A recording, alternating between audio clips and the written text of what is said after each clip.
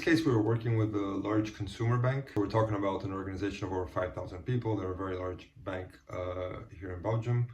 And they had already been doing or exploring Agile for a while. So we had been working with them for the last 5 years in rolling out pilots, coaching teams, transforming the organization towards Agile ways of working. As this was happening, they were, of course, growing their internal knowledge of Agile. So they were growing their internal coaches who were starting to take over a lot of the work that people like us were doing, right? So they were coaching the teams and they were starting to coach more leadership and do other transformation activities. And the initial request was they basically wanted to take the next step, right? So they asked us a very interesting question, which was, okay, great. You guys have been helping us for a while. Like, what other skills do we need to acquire so that we no longer need you, basically? And that question then was what we were trying to answer, right? We had to create basically a learning program for some of their Agile champions in the organization to try to close this gap, to try to make them be able to handle all of the activities that an Agile consultant or an Agile coach would be handling. So the first thing that we do always is the sponsor, basically the person who requests it from this company.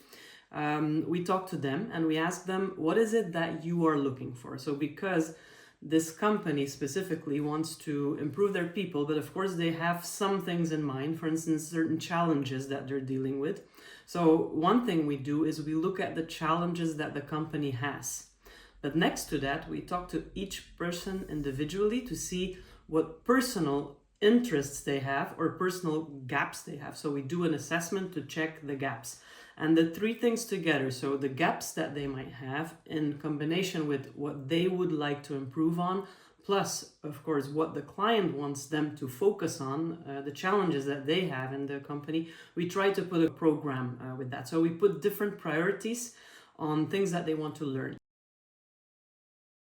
The way it worked is basically we were doing like weekly sprints, learning sprints, we said. Each one of them would have specific topics or skills that they were focused on.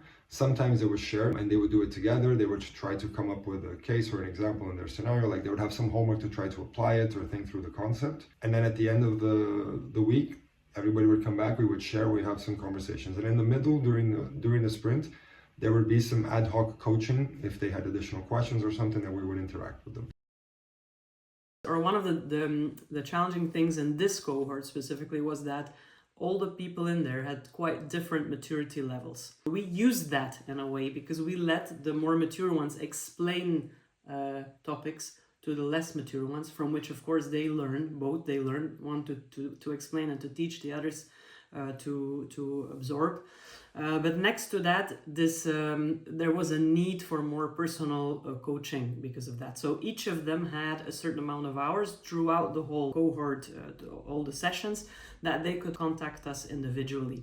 So it was like the group would move together in weekly sprints, picking up new topics, sharing in the end, applying it, and trying to grow those skills. And we were using the assessment of the skills, which they would take once a month, to sort of see how we were progressing. If that skill was really close, then we were really managing to move up in their maturity.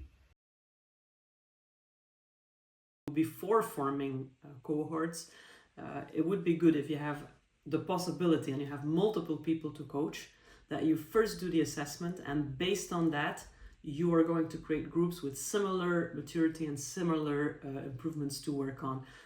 At the time, curiously enough, I had started working on an e-learning platform because, yeah, it was just a realization that, okay, the training market is, becoming more of a commodity.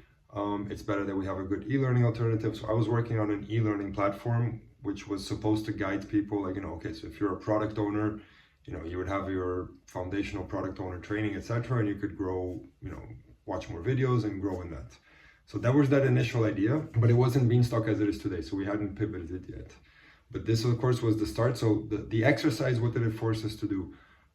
So I was working with Yoke on this project, and we started basically putting up all the things that we're doing. We here at Agile, we started saying, okay, what are all the things that we know? So we started like picking things from our brain. We know everything about this, about that, details, books we knew, links we knew, theoretical stuff, examples, case studies. So we have it all. It's just we never put it together.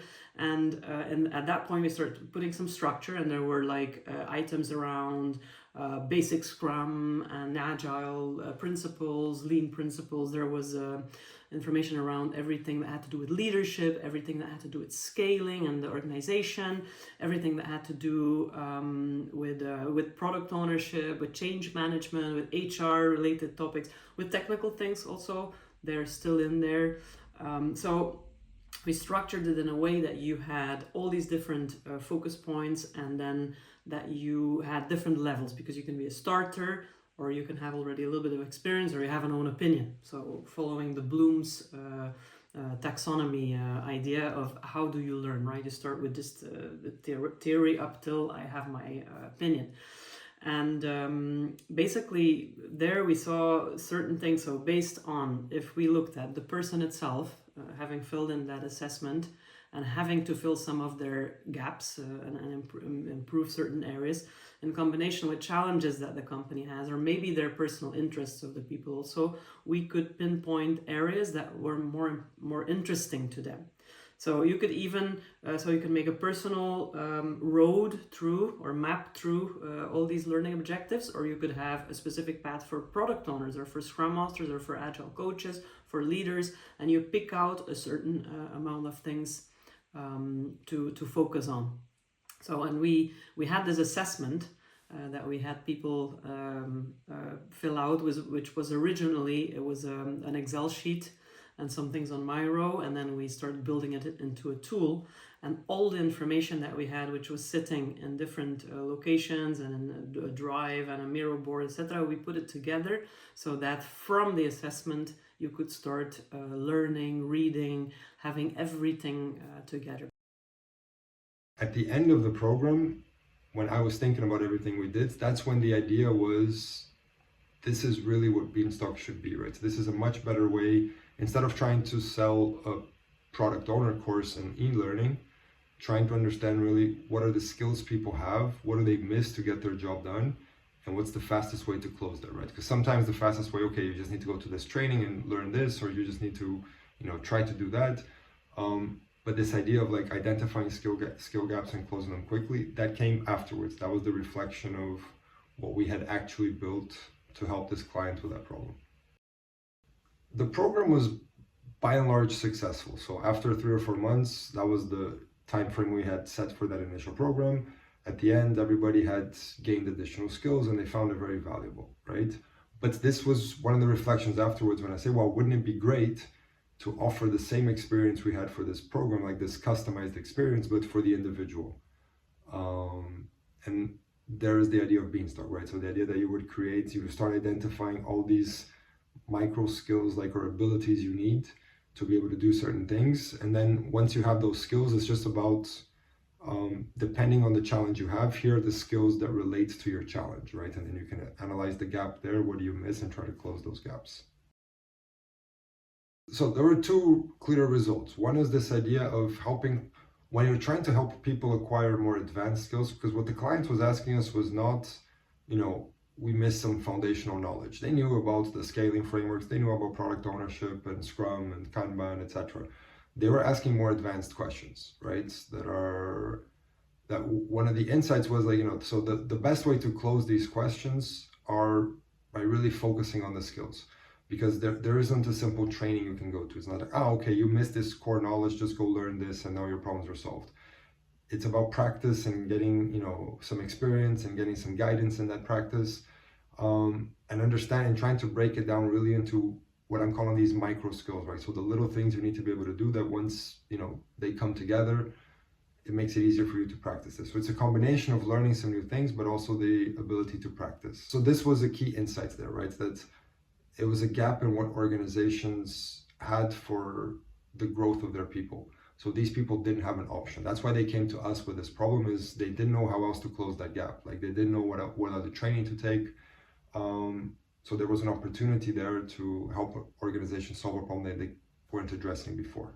And the other key insights then was how much money we're spending on learning activities that are not actually helping people do their job better. Because when they came to us, like they had already gone to like, I don't know, 3 advanced trainings of this, and like they had spent a lot of money and time learning things that they were saying, yeah, it's nice knowledge to have and it helps a little bit with some additional thoughts, but it's not really like, I can't put it together and solve the actual problems that I have. So when you think about how much money they're investing in that learning activity, learning and development activity, and the return they're getting from it, it's quite low. And the idea of, if we could break that down into more individual skills and be much more conscious of which ones you miss to achieve certain capabilities, you can really improve that return on investment. You can really target the learning activities on specific things, on specific practices that need to be guided, of course, but then you can really much quicker close that gap and get people to the skill level you need to, grow the organization and make the great things you want to do. I think there's an important lesson for product managers in general, right? Is this idea that you just have to get comfortable with the fact that you're always going to have moments when, I should have realized that before, right? But I think it's part of this idea of you don't define a product, you discover a product, right? So we weren't really targeting this need. We had advanced trainings, like we always told our clients, like, if you need help with more advanced problems, we were doing that already. We have some advanced trainings, or we can just coach you. And that's what we were doing in this case. And it was okay for them. It's expensive. That's the thing with individual coaching, is it's expensive. You need a senior coach because it's a complex problem, and it takes time because you're working with one person at a time. So the need was, how can we do this in a more cost-effective way, right? And once you run through the experience and you try to solve the problem and you try it out, and we saw that idea of breaking down into micro skills and trying to see how they connect for specific problems, that was a really good insight, that it worked well, that it helped them have clarity on what they needed to learn to close that gap. That insight you can only get by trying. That's the thing, right? That's the idea of, you need to just live with the fact that sometimes things become obvious after the fact. And so I wish we hadn't spent 1.5 years building the e-learning platform, but rather just building BeanStalk as it is now. But the insight would never have come if we hadn't tried to solve a problem, right? And I think that's the idea of being customer-centric, right? They came us with a different problem that we weren't addressing, and by trying to solve it, you get the insight of what's really needed.